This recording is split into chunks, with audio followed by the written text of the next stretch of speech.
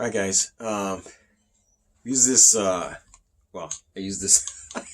I use the same gimbal on everything. If you guys, some of you guys may recognize this thing. It's the Storm 32 gimbal, and I use it. I use it everywhere. You know, you guys have seen it on the ZD 550. So there it is. So, but the thing is that it's kind of, I don't want to work on it every time installed in the drone, right? So sometimes you just want to take it, put it on the bench. You don't you don't need to have the whole drone on there. So in this trek into DIY tech, we're gonna use a crashed a drone frame that previously crashed. We're going to repurpose that to make a fixture to mount the gimbal so that we can work on the gimbal without having to have the whole drone system on there. So here we go. I've got it on the bench. All right, guys. So this frame actually came from a drone. I haven't even had time to cut the video yet, but we did a we put together a ball drop drone. Video coming soon, I promise. But during the test flight, yeah, we had a little mishap, and it did make it. But anyway, in the tradition that we have here, we're going to repurpose this guy. So we're gonna use this drone, this frame, and as I said, I really don't like to waste too much of anything, so we're gonna go ahead and use reuse this frame as is tradition here.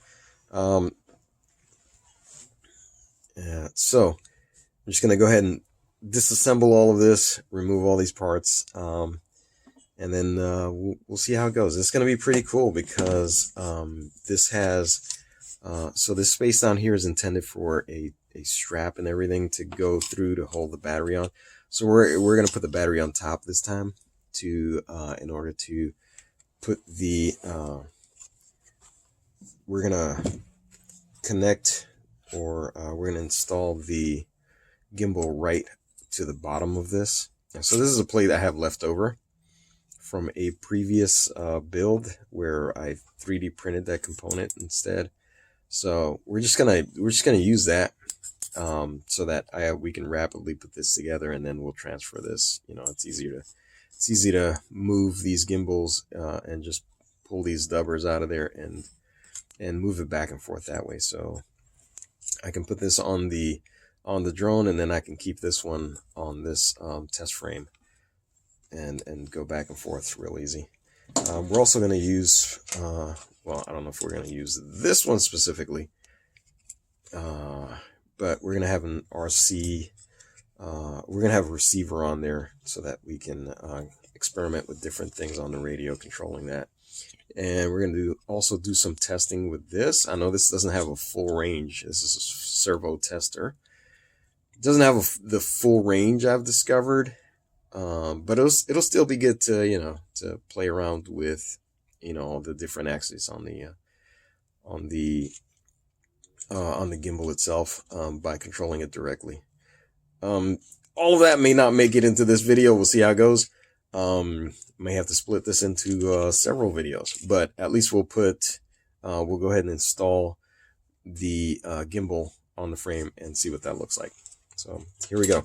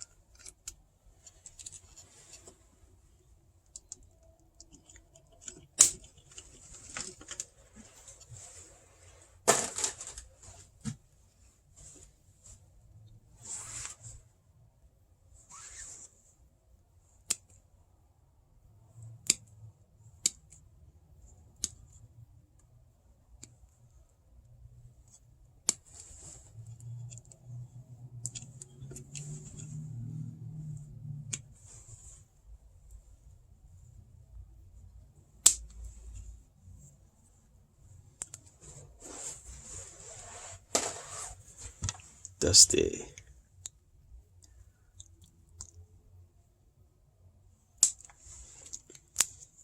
If you see the crash in the ball drop video, you'll know why there's this much dust is on this thing.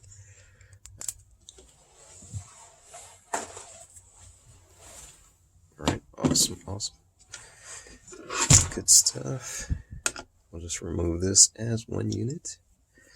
We'll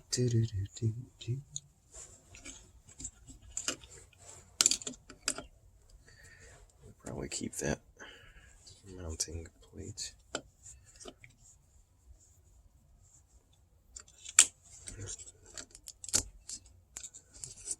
Nice. Good job.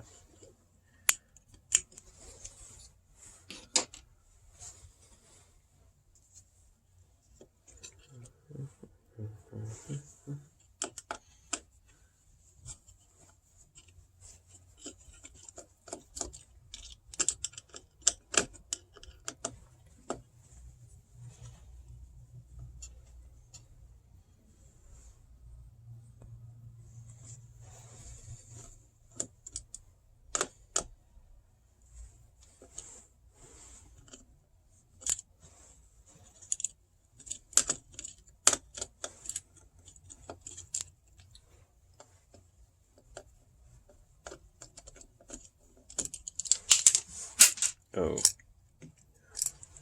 we've got more, don't worry. All right. Cool.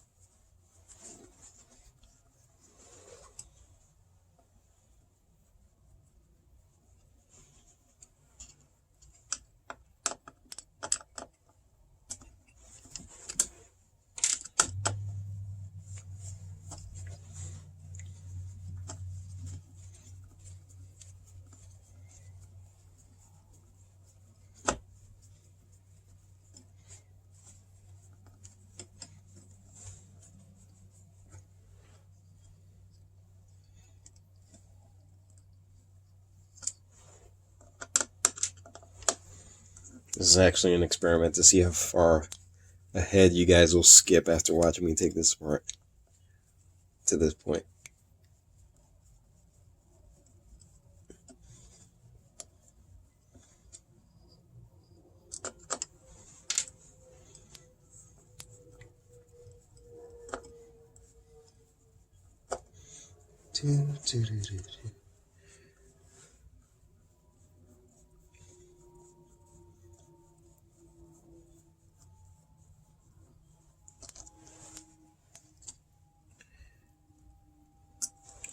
All right, nice.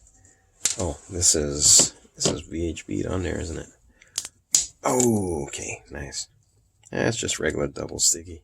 Thought it was VHB. I was scared. That VHB sometimes is pretty difficult to remove.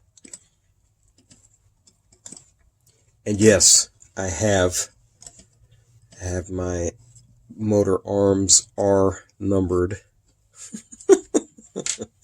This is an experimental frame, so everything was numbered and labeled, and have Kapton tape everywhere. So Kapton tape, in case you guys are not familiar, this is heat resistant. The adhesive and the material that the tape are made out of is very heat resistant. Comes in handy sometimes when you're soldering as well as attaching components. Oh, great. That was all right. Cool. Top is done. We're gonna flip this over, pull the motors off.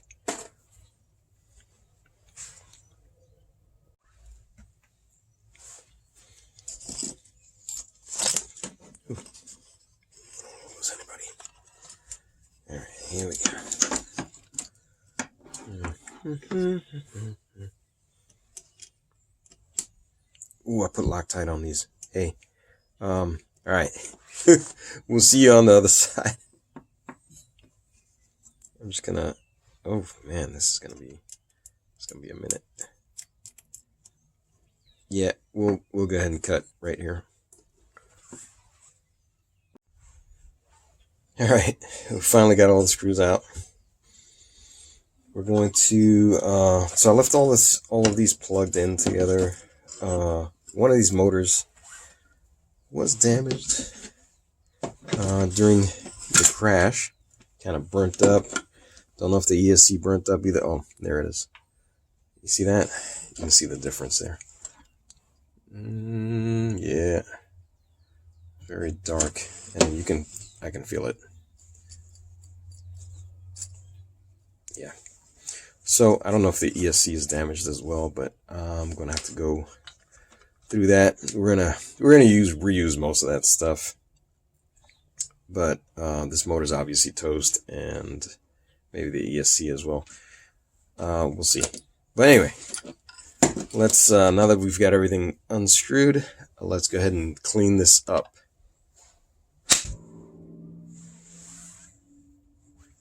Yeah, so this is a very nice frame. It's very light. It's made out of pine. It's got pine and poplar in it. Yeah, so the flats are made out of poplar, and the arms are pine. But yeah, it's very light, so I think it's gonna work. So let's just turn it so that the front is away from us. Yeah. So like I said, I got this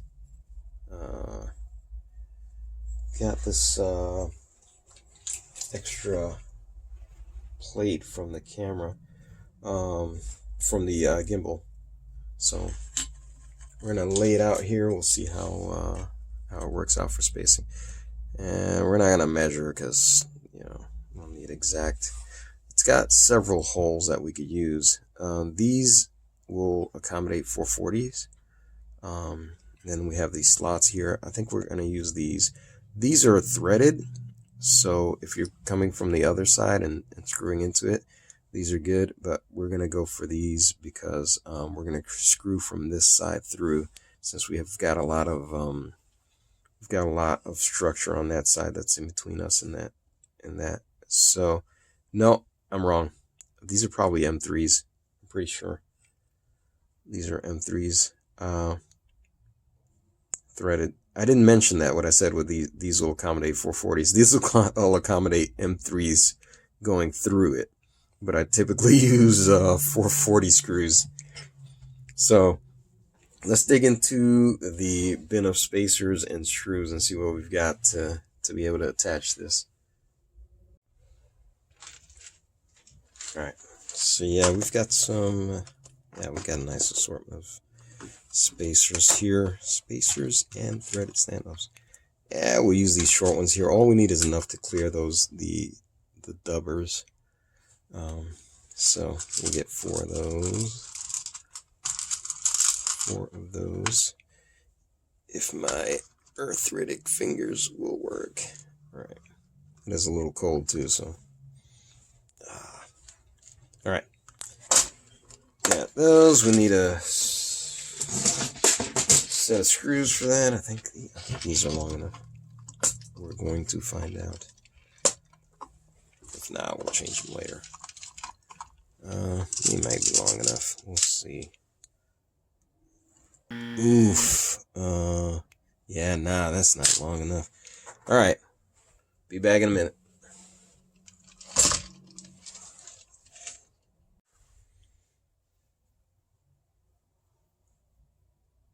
All right. After thinking about this for a second, we're going to use the standoff from the previous build. Make this more sturdy, and then also give myself a little bit more space there to work with stuff behind that mounting plate. In case I gotta run some wires or something. have a little more space. But yeah, all right. Yeah, that's what we're gonna do. All right, so this is pretty soft stuff. So I'm just gonna use this drill bit and the jeweler's vise, and I'll make some holes that we can kind of get into there. And then I'll show you a trick that I use to use the thread, use the standoffs to cut the threads with. So I'll just get these started, and then I'll move the plate off so we can see what's going on. All right, get the 4 holes started there. We're just gonna, I'm just gonna hand drill this. You can see it's a pretty soft material. Get down there. I don't have to go too deep because it's only like a 1/4 inch on the 1/4 inch of thread on the yeah, it just went through. It's only about a 1/4 of an inch of thread on that standoff, so we'll just do that. Oh man, I think I hit the adhesive that I used on this thing last time. Yeah, I was trying to drill through the adhesive there.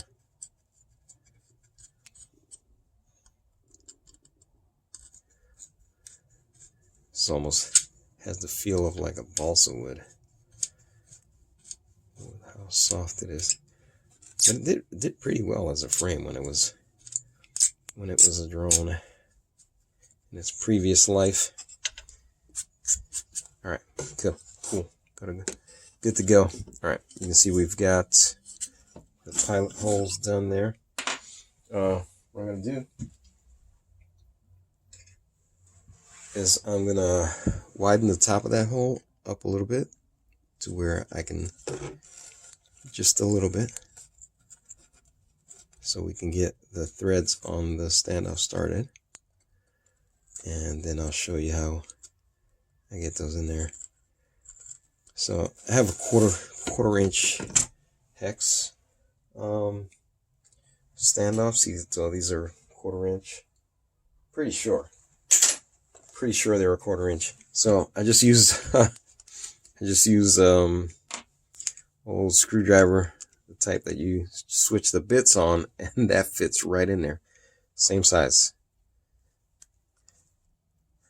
So I just use that to drive the standoffs in there. So I go in there and keeping pressure on it, I screw it in there, and it will cut the threads. And it holds pretty good. I mean, this is how I've mounted various components plus flight controllers and other things.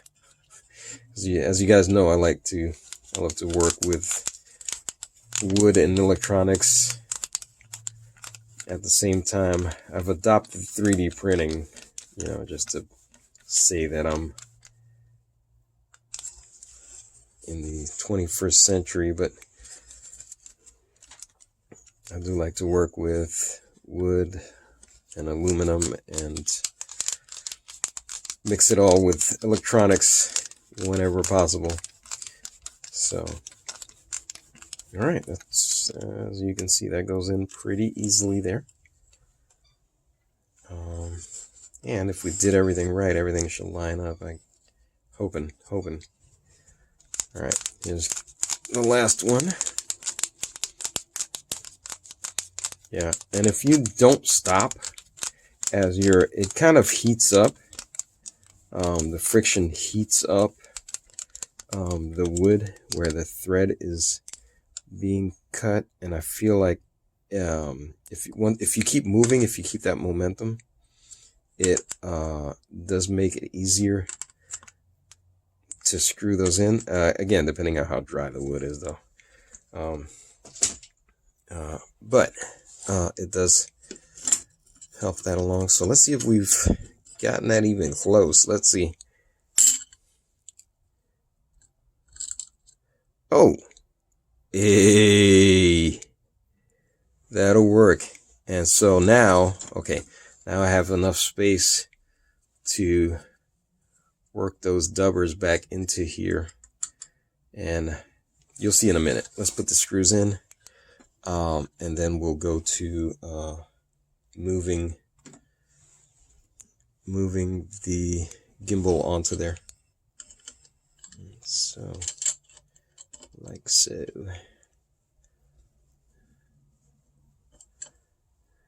Yeah, that's gonna work. That is definitely gonna work. Oh, nice. That is definitely gonna work though. Let's do corners. So do the corner. Boom. Wow, that's pretty awesome. That lined up. You know, and if it does, even if it doesn't line up exactly right, it's wood. It's gonna give a little bit. So, wow. All right, we're in. Oh, if I can stop dropping the screws, maybe. All right, last one.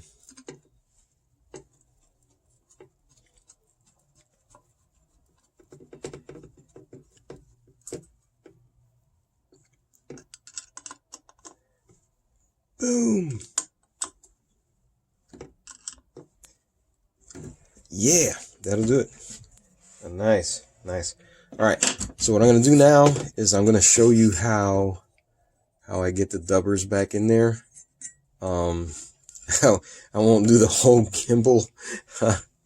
I'll do that off camera, so you guys don't have to suffer through that. But let me show you getting just one of these in there, and then I'll do the rest off camera. So this is the damper that's on there to get rid of the. You guys know why am I explaining all this? You guys know what that does. It takes the vibrations out of the gimbal. So you just squish it, get the front edge in there. Just squish it, get the front end in there. There's a little more of a trick to it when they're all attached on this side, but it's basically the same thing. Once you get that front edge in there and you push it, it goes. So, all right. I'm not going to torture you with the rest of these. I'll get these on here, and then the next thing you see will be, I'll show you what it looks like with the gimbal on there. All right. Okay, there it is. What I'm going to say, it is a pain to get these back in there, especially when you're doing both sides, but it's easier if you get all the ones on the plate on this side first. So I did all 4 of those first. Then I laid this portion on top and pushed these through from the back up this way. The other important thing is make sure that the servo, all of those servos connector, the JSTs for the servos, are facing forward. You want that facing forward, and on your left side you're going to have the connectors for your control inputs and the USB. As you're looking at it from the top, you'll see that. And then there's nothing on this side. So that's what you want. And then you have the power. Your power is coming out of the back, and that'll keep the orientation of that main board facing the right way. So now you can see, we'll turn this around this way so you can see again from the front, and now that's what we have going on there. So yeah, all that's left is let's throw the battery on there, see what it looks like. I think we can take these off now. Yeah, I'll peel those off later, or maybe not.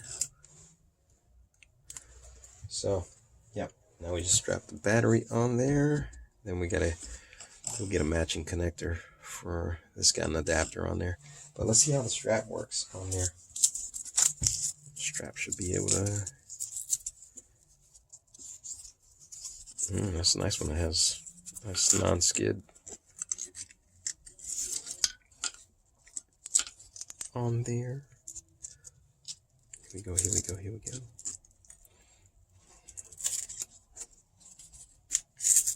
Alright, nice. What I'm going to do is I'm going to put some of that red foam that we always use on everything on top of here to finish this off. And, yep.